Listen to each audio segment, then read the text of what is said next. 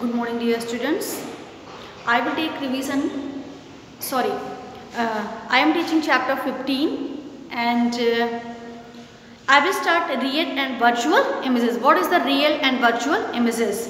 So what is the image? A view of well illuminated object in a mirror or through a lens is called an image, and a mirror can be plain mirror or a curved mirror, and the view of characteristics of the image depends upon the nature of the mirror, and that is whether the mirror is a plain mirror or a curved mirror. It also depends upon the distance of the object from the surface of the curved mirror. And the curved mirrors are of two kinds, that is the convex mirror and concave mirror. The curved mirrors are of two kinds, that is convex mirrors and concave mirrors. In case of convex mirrors, the reflecting surface curves outward just as the back of a highly polished spoon, and in case of concave mirror, the reflecting surfaces curves inward just as the front side of a highly polished spoon. The images are of two kinds, real image and the virtual images. First one, images are of two kinds, real image, and second one is the virtual images. Real image and virtual image. So first we will discuss about the real image. What is the real image? Real image, when the ray of light starting from a well illuminated object are reflected from a smooth polished surface in such a way that they meet at some other point or on a screen, the image is so formed is called the real image. The image is so formed is called the real image. And following are the characteristics of a real image. It can always be taken on a screen, and it is always inverted as compared to the object. It may be of same size, bigger, smaller than the object. Virtual image. When the rays of light starting from a well illuminated object are reflected from a smooth polished surface in such a way that they appear to meet at some other point but cannot meet on a screen, the image is so formed is the virtual image. This is when it is starting from a well illuminated object are reflected from a smooth to meet at some other point but cannot meet on a screen. The image is so formed is called the virtual images, and the image is formed in a looking glass or plain mirrors is always the virtual images. What are the characteristics of the virtual images? It cannot be taken on the screen, and it is always erect as compared to the object, and it may be of the same size, bigger or smaller than the object. And following activities will explain the points mentioned above. Activity 15.3. To study the formation of an image in a plain mirror. What are the materials required for the activity? Materials required, which kind of formation, to study the formation of an image in the plain mirror. So which kind of image is formed in the plain mirror?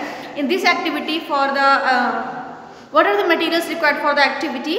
A strip of plain mirror, candle, matchbox. And method: fix the strip of a plain mirror in a vertical position with the help of plasticine, and alternately you can place a few books behind the plain mirror so as to give it support, and light a candle and place it in front of a mirror strip. Then what you will notice? You will notice that the image of candle is formed behind the mirror, and when you will place the white paper behind the mirror strip, you will notice that no image is formed on the paper. And now move the candle back and forward. You will notice that image also moves back and forward. What are the conclusions drawn from the activity? Image formed in a plain mirror cannot be taken on the screen, and thus it is a virtual image. and image formed in the plane mirror is erect, and image formed in the plane mirror is of the same size as the candle, and image appears as far behind the plane mirror as the candle is in front of it. Activity 15.4. To study the nature of image formed by smooth curved surface. Materials. What are the materials required for the activity? A steel spoon or a silver spoon, fine cotton cloth. Method. Take a steel, silver teaspoon and polished it by rubbing a fine cotton cloth over it, and for some time hold the straight side of the spoon close to you. When you will this spoon close to your face, then what you will find, you will observe that image of your face what is formed in the spoon is erect, means upright. And when you have to move the spoon away from your face, distance is there, then you will observe that at some distance the image of your face is visible and the image is inverted and enlarged. When it is moved away from your face, then what kind of image is formed? That image is formed in the spoon is enlarged. And now turn the reverse side of the spoon towards your face and hold it close to your face and then away from your face. Then what do you observe? You will observe that image of your face is always erect and diminished in size, and after that in figure you can see that 15.4, 15.3a and 15.3b, the spoon acts as a concave mirror. In the figure 15.3c, the spoon acts as a convex mirror. Almost similar kind of images are seen when you see your face in the curved polished object such as bicycle bell, steel or silver glass bumpers of the car. And the photograph shows a real bird and the image formed in a plane mirror. The image is formed behind the plane mirror and it's far behind the plane mirror as the bird is in front of it. The eye cannot tell the differences between the light reflected off the mirror and coming from the real bird.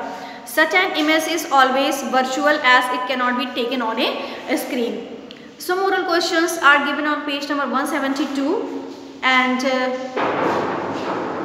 in 172 some questions are given. You can see what term is used to describe the movement of light along a straight line path. What term is used to describe a surface which reflects light, and what is the kind of image of an object which is inverted and can be taken on a screen, and what kind of image is formed in a plane mirror, and what kind of image is formed in a plane mirror, and what is the kind of mirror if the image formed by it virtual of the same size as the object. And now come to the formation of images in spherical mirrors. As stated earlier, the mirrors need not be plain. Even the polished and smooth curved surfaces can act as mirrors. Such mirrors are called the curved mirrors or spherical mirrors. What is the spherical mirrors? A smooth and polished curved surface which reflects light is called the spherical mirror. What is the convex mirror? A smooth and reflecting surface which reflects light from its outwards is called the convex mirror. And what is the concave mirror?